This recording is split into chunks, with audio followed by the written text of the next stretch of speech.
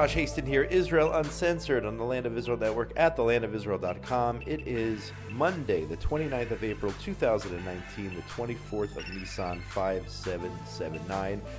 For those out there who were celebrating the holiday of Pesach, Passover, hope you had a joyous festival. I certainly did. Traveling throughout the land of Israel, going on hikes in the north, getting to see and explore this beautiful country of ours, especially after a winter of so much rain. The streams are flowing, the flowers are blooming. It is a great time to be here in Israel. It was a wonderful Passover. Hope you enjoyed. On today's program, we're going to talk about everything going on in the world of news affecting Israel and the Jewish people. There's so much to say, especially after all the events of this past weekend. And we'll start here, of course, with the Chabad shooting in Poway, a suburb of San Diego, California. A terrorist murdered Lori Gilbert Kay, Hashem Yakom Dama, may God avenge her blood, 60 years old, in the synagogue there in Southern California. She was murdered when a 19-year-old burst into the synagogue, opened fire. According to reports, Gilbert Kay was killed trying to protect Rabbi Israel Goldstein, the congregation's rabbi, who lost several fingers in the incident. And it is truly a tragedy. It's a horrible story, the fact that Lori Gilbert Kay was murdered. And at the same time, more and more, as we go along, more and more stories are emerging of what exactly happened there in the Chabad, that shows the true heroism of the Jewish people. More and more people coming forward, explaining how they saved children, including the rabbi who confronted the gunman, raising his hands and having his fingers literally blown off, escorting the children out of the building while the gunman's gun jammed.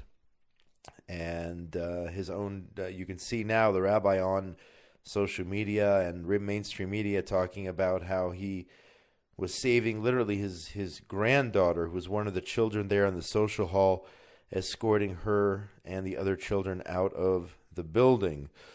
Gilbert Kay, the woman who was murdered, 60 years old, leaves behind a husband and 22-year-old daughter, and people are pouring in with different eulogies and anecdotes, stories about her life, and just how much of an unbelievable person she was. Again, it happened on the last day of Passover, Saturday morning, 11:30 local time. A gunman came in, firing 10 bullets, killing Gilbert Kay, wounding 3 others, according to local law enforcement. The massacre, the shooting took place exactly 6 months to the day after the Pittsburgh Tree of Life Synagogue shooting. There were several Israelis who were hurt as well, including 8-year-old Noah Dahan, who was hit by shrapnel in the face and the leg. Her family had relocated to the U.S., to San Diego, from Sderot, of all places, trying to get some peace and quiet, fleeing the rocket attacks in Sderot. And as much as I encourage people on this show and in general in life to make Aliyah and to be here in the land of Israel, I'm certainly not going to judge this family who had enough of the rocket attacks.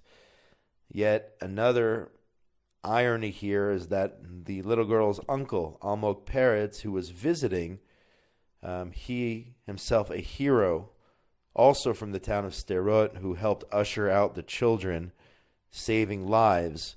From what I understand, apparently he ran back into the synagogue to help, along with the rabbi, to usher in another child. And then I just saw a video now a few minutes ago on the internet of a third synagogue member risking his life to save children there. According to Times of Israel, this is unreal. Almog Peretz, the Israeli man wounded, was able to quickly protect children from harm during the attack due to his instincts, those which he honed over years, rushing to the shelters to hide from thousands of rockets fired by terror groups in Gaza. So you never know why you're here on this earth. You never know why things happen.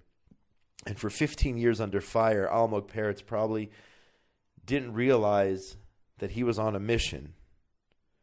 And I truly believe this. He was running from rockets for 15 years, perhaps, I believe, perhaps getting ready in order to run in and protect these children, get them out of the line of fire. The gunman then, this anti-Semite, Jew-hating gunman then ran. Once his gun jammed outside of the building, he was chased by an armed border policeman who was at the synagogue, actually, who was off duty, who was able to get off a few rounds, fire at the terrorist as he fled. The terrorist was apprehended by the authorities. You're talking about a guy who had I believe a manifesto talking about his hate for Jews, his hate for Trump, actually. So all those who say that these attacks occur because of Trump, this gentleman, this murderer, this horrible evil, along with the one who carried out the Pittsburgh massacre, these people are not fans of President Trump. They hate Trump. This is pure anti-Semitism. I know some people will turn around and blame the president. Yet I just saw also on the internet the rabbi thanking President Trump for showing his support, calling the rabbi, speaking on the phone for 10, 15 minutes, showing his support for the community there in the San Diego suburb. So why is this attack in a synagogue, yet another attack, not surprising?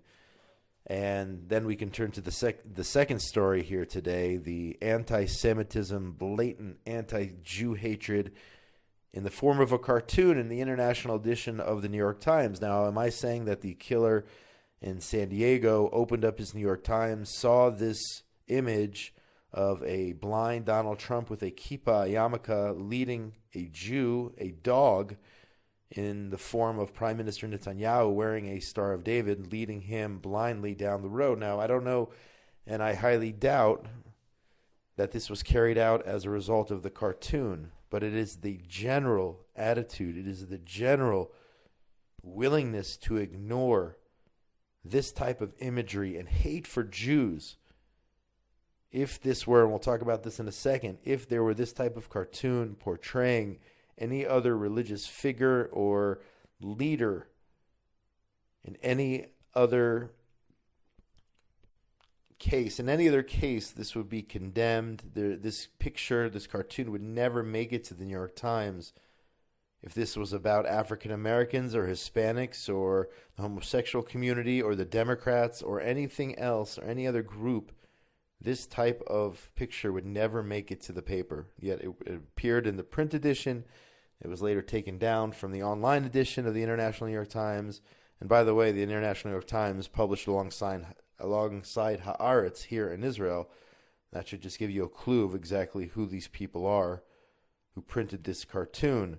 Condemnations coming in all over the place. You can see the images online of this cartoon. Public Security Minister Gilad Erdan of Prime Minister Netanyahu's Likud party, according to Times of Israel, slamming this anti-Semitic caricature published in the New York Times on Thursday, called for those responsible for its publication to be fired. Again, it's Netanyahu as a guide dog wearing a Star of David on his collar, leading a blind President Trump who is wearing a yarmulke, a kippah. The Times acknowledged on Saturday the cartoon, quote, included anti-Semitic tropes and was offensive and an error of judgment, but it did not outright apologize for its publication. Very, very weak response from the New York Times. I know I just got something on Facebook, somebody sending me information about a rally, a demonstration against the New York Times to take place, I believe, today, Monday, in New York City. And really condemnations coming from all over the world in regard to this cartoon. Seth Franzman of the Jerusalem Post had an excellent analysis about this cartoon. He says, I'm not going to go through the whole article that he wrote in Sunday's paper, but I'm going to use some of it here. Franzman says, it used to be that we were told that Trump was fostering Trump anti-Semitism, as I referenced before, and driving a new wave of anti-Semitism in the U.S., but the cartoon depicts him as a Jew. Well, which is it? Is he fostering anti-Semitism, or is he now a closet Jew being led by Israel, depicted by a Jewish dog? We used to say that images conjured up memories of the 1930s anti-Semitism. This didn't conjure it up. This showed us exactly what it looked like.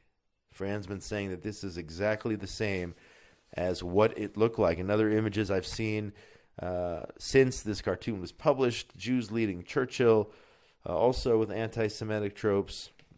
Franzman continues, no other country or minority group, I said this just a few minutes ago, was subjugated to such unrelenting and systematic hatred by mainstream newspapers. No one would dare to put an Islamic leader's face on a dog with Islamic symbols leading the U.S. president. No one would do this. No one would take that chance or be willing to do something like this. Yet the New York Times, all the news that's fit to print, the paper of record, did just that. Franzman continues, the cartoon didn't end up in the international edition of the New York Times by mistake. It was chosen. It was put on a page by someone. It was checked and rechecked. He says, I know. I'm an op-ed editor. When I used to run cartoons in my section, no fewer than 4 people would see it before it went to print. At the international edition of the Times, it should have been more than 4, and they all thought it was fine. What that tells me is that there is a culture of anti-Semitism somewhere in the newsroom. He then criticizes the reaction by the New York Times, claiming it was just an error in judgment. Franzman says that's not enough. An error of judgment would imply that it was a mistake. Tropes would imply that to some people it is anti-Semitic, but that it's not clear as day. In other words, if you're saying it's just a judgment error, instead of saying flat out this was anti-Semitism, then you are to be blamed. You are part of the problem for not acknowledging what it truly is. Now, Brett Stevens, this is very interesting. I just printed this out here on Monday, which I believe will appear in today's New York Times. It's interesting because Brett Stevens works for the paper. He writes for the paper, and yet he had this column in which he criticizes the paper. He says the following, and this is in the New York Times. As prejudices go, anti-Semitism can sometimes be hard to pin down, but on Thursday, the opinion pages of the New York Times International Edition provided a textbook illustration of it.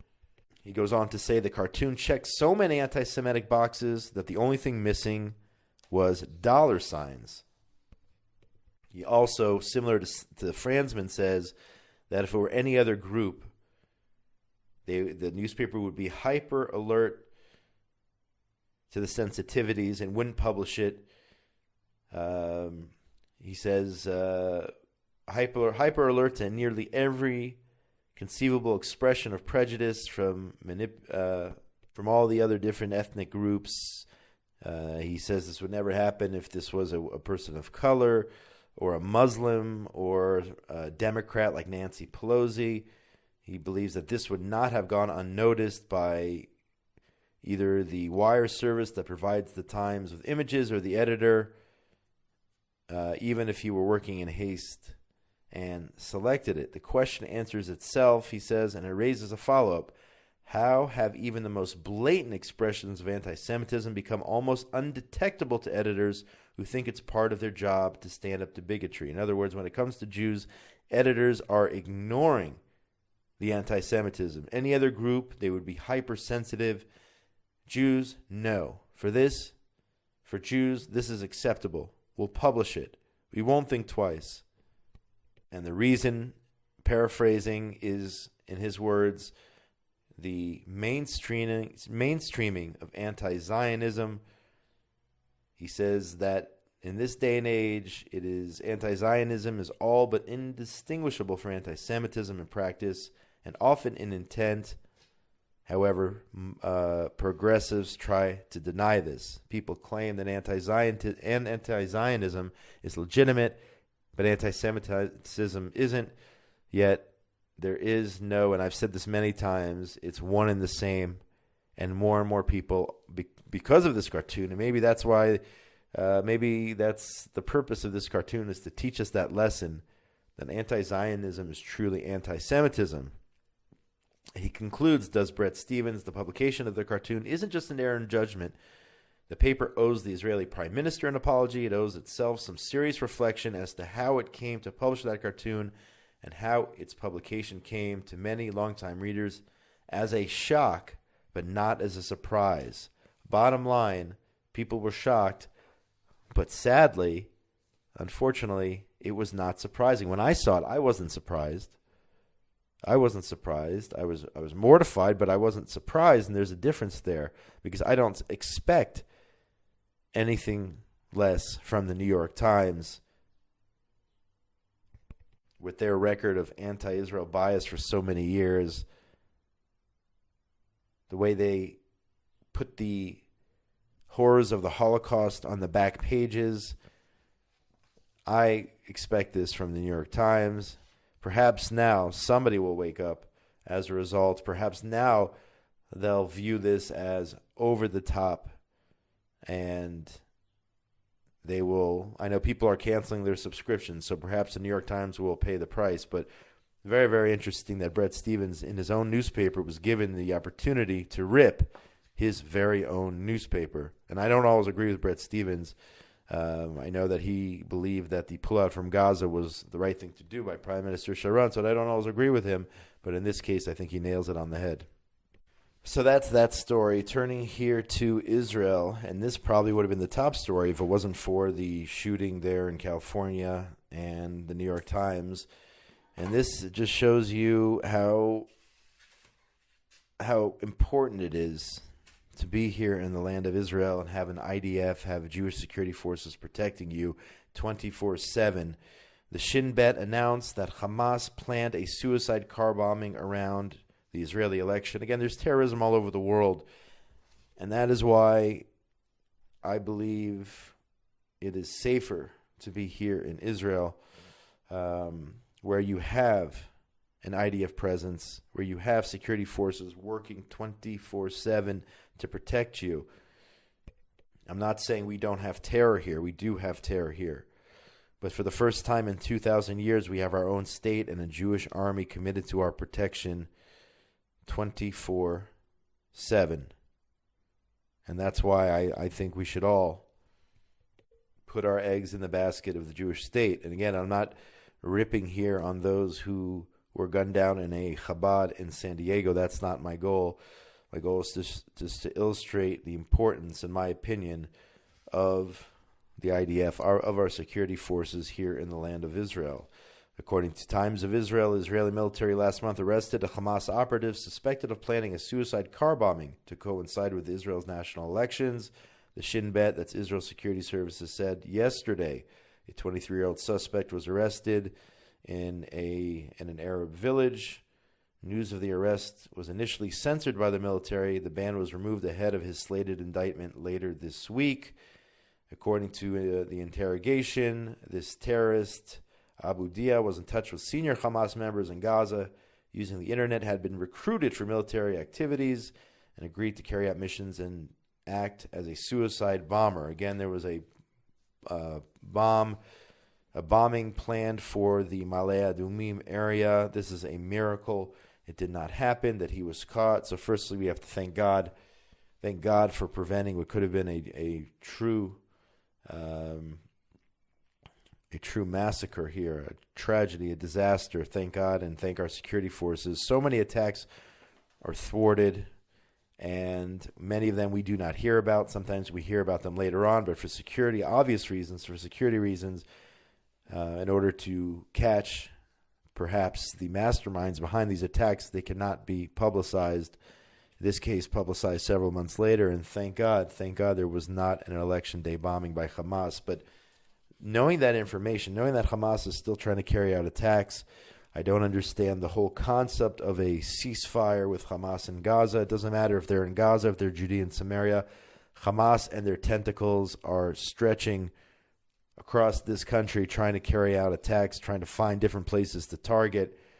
And the leaders of Hamas should be punished wherever they are. If they're in Gaza, if they're roaming in the Middle East or in Europe. The long arm of the Israeli justice system, in the form of our security forces, should be targeting these people. I think that should be a message that we send to Hamas.